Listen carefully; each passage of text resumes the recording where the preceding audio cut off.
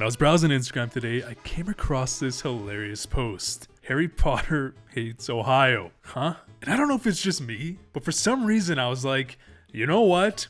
I'm not even surprised. Now, unfortunately, this post is fake. Fake news, ladies and gentlemen. I mean, the Copenhagen tin probably gives it away, but it goes to show how much of a character Phil Kessel is. This dude is a specimen, and in my opinion, the most interesting player in NHL history.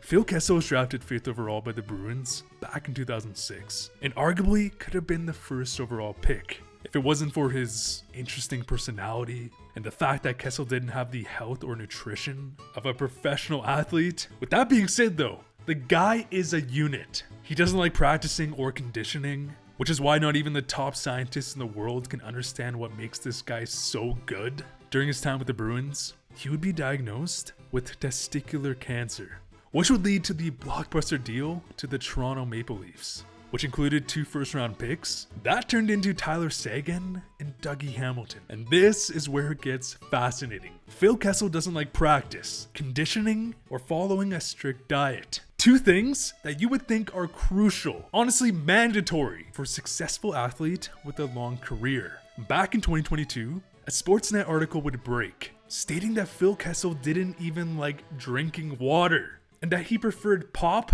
and candy. So someone, please explain to me, how in the hell is not only Phil Kessel arguably one of the most explosive skaters from this prior decade? Coming in.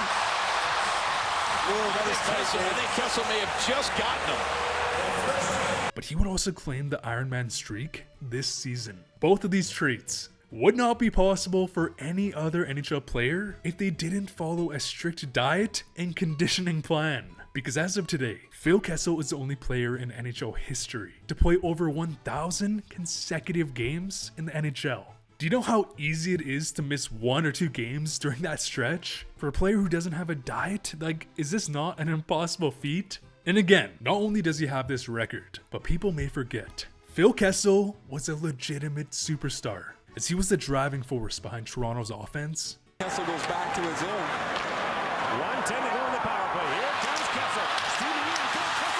And he was instrumental to the Penguins winning back-to-back Stanley Cups, where he would even then have a career-high 92 points in 2018. So it begs the question, if Phil Kessel never trained like an NHL player, he ate junk food and didn't drink water, what type of player would he have been if he had the lifestyle of a player like Crosby? Like seriously, Phil Kessel could have gone down as one of the greatest of all time. And I'm not just blowing smoke, but you know what? That's why we love you, Phil. If you choose to eat candy and or a salad and still had a Hall of Fame career, you would have to be special.